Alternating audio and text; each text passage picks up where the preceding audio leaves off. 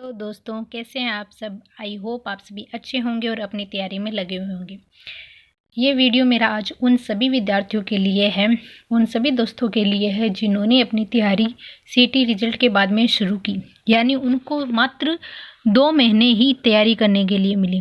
पर मैं फिर भी कहूँगी, ये 2 महीने भी कम नहीं है और ये आने वाले 5 दिन तो बिल्कुल भी कम नहीं है। ये सबसे बेस्ट टाइमिंग होगा अगर आप शेड्यूल के अकॉर्डिंग चलेंगे तो। ठीक है, जिनको 2 महीने मिले थे उनको ऐसा लगता है कि उनके पास जो 12 सब्जेक्ट थे उन्होंने वो 12 सब्जेक्ट वो कंप्लीट नहीं कर पाए, जिनकी वजह से वो एग्ज़ाम में अच्छा स्कोर नहीं कर पाएंगे। ठीक है, पर ऐसा बिल्कुल नहीं होता है। ज़रूरी नहीं है जिन्होंने 6 महीने से तैयारी की है उनका पेपर अच्छा हो और जिन्होंने सिर्फ तैयारी के लिए सिर्फ 2 महीने मिले उनका पेपर खराब हो। ये बिल्कुल भी नहीं है। सब कुछ डिपेंड करता है वो एग्ज़ाम हॉल, सब कुछ डिपेंड करता है कि एग्ज़ाम हॉल के अंदर आप किस तरीके से रिएक्ट करते हैं। वहाँ पे आपका जो रिएक्शन होगा पेपर को लेकर, आप जितने ही अच्छे से अपने आप को रखेंगे, कंट्रोल कर पाएंगे अपनी फीलिंग्स पर, तो आप एग्ज़ाम को अच्छे से कर पाएंगे। क्योंकि मैंने खुद ऐसा एक्सपीरियंस किया है कि बहुत अच्छी तैयारी होने के बावजूद हम नर्वस हो जाते हैं, प्रेशर में आ जाते हैं, जिनकी वजह से हमारे आसान क्वेश्चन होते हैं और ज़्यादातर क्वेश्चन हम गलत कर आते हैं, जिसकी वजह से हमारा एग्ज़ाम ख़राब हो जाता है और अच्छा रिजल्ट हमें नहीं मिल पाता है। तो सब कुछ माना कि तैयारी का वक्त मिलना बहुत ज़रूरी होता है, पर तैयारी का वक्त न मिलकर भी हम अच्छा कर सकते हैं वो एग्ज़ाम हॉल में। सबसे मेन दिन होता है ये। और इस दिन अगर जो अच्छे से अपने आप को कंट्रोल कर पाया, अच्छे से पेपर कर पाया, वही जीतेगा, चाहे उसे 6 महीने मिले हो चाहे उसे 2 महीने मिले हो। तो जो 2 महीने जिनको मिले हैं वो बिल्कुल ना घबराएं। आप अपने जो पढ़ा है आप उसको रिवाइज करते रहिए और आपका भी पेपर अच्छे से होगा। बिल्कुल भी मत घबराइए। मैं यही कहना चाहूँगी कि घबराने की बिल्कुल भी ज़रूरत नहीं है। ये 5 दिन जो है आप इसको अच्छे से पढ़िए। इनके अंदर इस 5 दिनों में जो भी वक्त मिलता है उसको बर्बाद मत करना। जो भी टाइम है आपके पास उसको उसमें खूब पढ़ें, रिवाइज करें। हर एक मतलब जो सब्जेक्ट आपने पढ़ लिए उनको रिवाइज करें। कई बार क्या होता है कि हम किसी एक सब्जेक्ट को ही लेकर बैठ जाते हैं और उसमें हमें कुछ नहीं आता, अटक जाते हैं हम, या हमें याद नहीं होता है कोई पॉइंट टॉपिक, तो हम उसी पे रह जाते हैं और उसमें अपना टाइम पूरा वेस्ट करते हैं। ऐसे मत करो। आप हर एक सब्जेक्ट को बराबर वक्त दो, क्योंकि सबका वेटेज समान है और सब के मार्क्स भी समान हैं। इसीलिए किसी भी सब्जेक्ट में आपकी कम तैयारी है तो उसे घबराने की ज़रूरत नहीं है। जो बाकी अदर सब्जेक्ट आप उस पर फोकस करें, उस पर ध्यान दें। अगर आप ऐसा कर पाएंगे तो आप बहुत अच्छे से अपने पेपर कर लेंगे और आप अच्छा स्कोर कर पाएंगे। आई होप मेरी बातें आप लोगों को सही समझ आई होगी।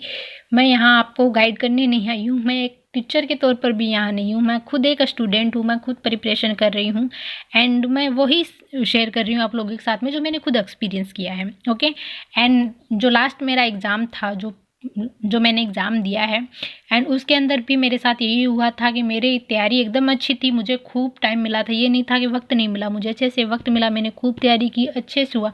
पर एग्ज़ाम हॉल के अंदर मैं गड़बड़ा चुकी थी। कुछ क्वेश्चन थे जो आसान थे वो भी मैंने गलत कर दिया, फिर ओ गलती हो गई, मुझसे मिस्टेक्स हो गई। तो सबसे मेन ज़रूरी तो फिर वो एग्ज़ाम नहीं क्लियर हो पाया मेरा। तो मैं आप सभी को यही कहूँगी कि जो भी टेंशन है उसको हटा दीजिए, दूर कीजिए, और जो भी तैयारी अब आपको करनी है रिवाइज कीजिए सब चीज़ों को, और एग्ज़ाम हॉल में बस अपने आप को अच्छे से रखिएगा ताकि आपके पेपर में किसी प्रकार की कोई गड़बड़ ना हो। और पॉजिटिव रहिए, जितना पॉजिटिव आप रहेंगे उतना ही आपका पेपर अच्छा होगा। आप ये मत सोचिए कि इतने बच्चे हैं, इतने स्टूडेंट्स हैं, उनके इतने महीनों से तैयारी की थी, कोई 1 साल से लगा हुआ है, कोई 6 महीने से लगा हुआ है, हमें सिर्फ 2 महीने मिले हैं और हम कैसे कर पाएंगे इन 2 महीनों में। तो ये बिल्कुल भी मत सोचिए। जिनको कमाल करना होता है वो कुछ वक्त में ही कर लेते हैं। और इस पेपर में भी आप देखिएगा अधिकांश जो सिलेक्शन होंगे जिनको कम वक्त मिला है उन्हीं का होगा, क्योंकि जिनको ज़्यादा वक्त मिला है वो उन्होंने भी, सितंबर में एग्ज़ाम होने वाली थी, उसके बाद उन्होंने भी अपनी तैयारी में कुछ ढिलाई बरती होगी, जिनकी वजह से उनके लिए भी वो टाइमिंग उतना ही है। आप लोगों ने एकदम प्रेशर में आके खींच के अपने इस 2 महीने को लिया है और आपने सब कुछ कवर करने की कोशिश की है, और उन्होंने भी जितना भी वक्त उनको मिला है वो उन्होंने उनमें करने की कोशिश की है।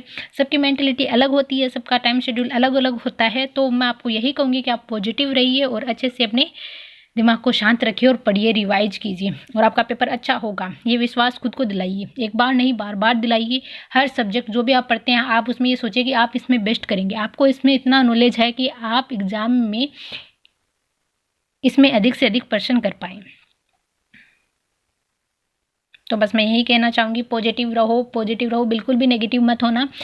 वक्त का कोई वो नहीं है, कम ज़्यादा मिलाइए नहीं है, आप बस पढ़ते रहिए, रिवाइज करते रहिए। ओके, GFNR हो गया, RSR के रूल्स हो गए, इनको पढ़िए। मैथ को पढ़ लीजिए, जिनकी भी मैथ अच्छी है वो मैथ पढ़िए। मैथ एकदम स्कोरिंग वाला सब्जेक्ट है। कंप्यूटर पढ़ लीजिए। एंड वहाँ पर भी अगर आपको 6 सब्जेक्ट है, यहाँ पर भी 6 है, अगर आप दोनों को मिक्स करके भी अगर 3 सब्जेक्ट एकदम अच्छे से कवर कर लेते हैं तो भी आप एग्ज़ाम में पास हो जाएंगे। क्योंकि फर्स्ट पेपर सेकंड पेपर का वेटेज है, तो बिल्कुल भी घबराने की ज़रूरत नहीं है। और एग्ज़ाम से पहले आप किसी भी प्रकार के थॉट को अपने माइंड में मत लेके आना कि इतने % कट ऑफ रहेगी, ये मार्क्स रहेंगे, ऐसा रहेगा। ये सब कुछ अनुमान है और ये सब कुछ अनुमान इतने गलत निकलते हैं कि आप पूछो मत।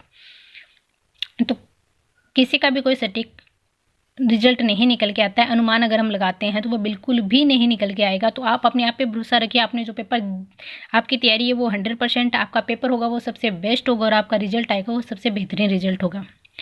इसी विश्वास के साथ मैं इस वीडियो को ख़त्म करती हूँ और आशा करती हूँ कि आप लोग अपनी तैयारी को और बेहतरीन तरीके से करते रहेंगे और ख़ुद को विश्वास के साथ आगे बढ़ाते रहेंगे।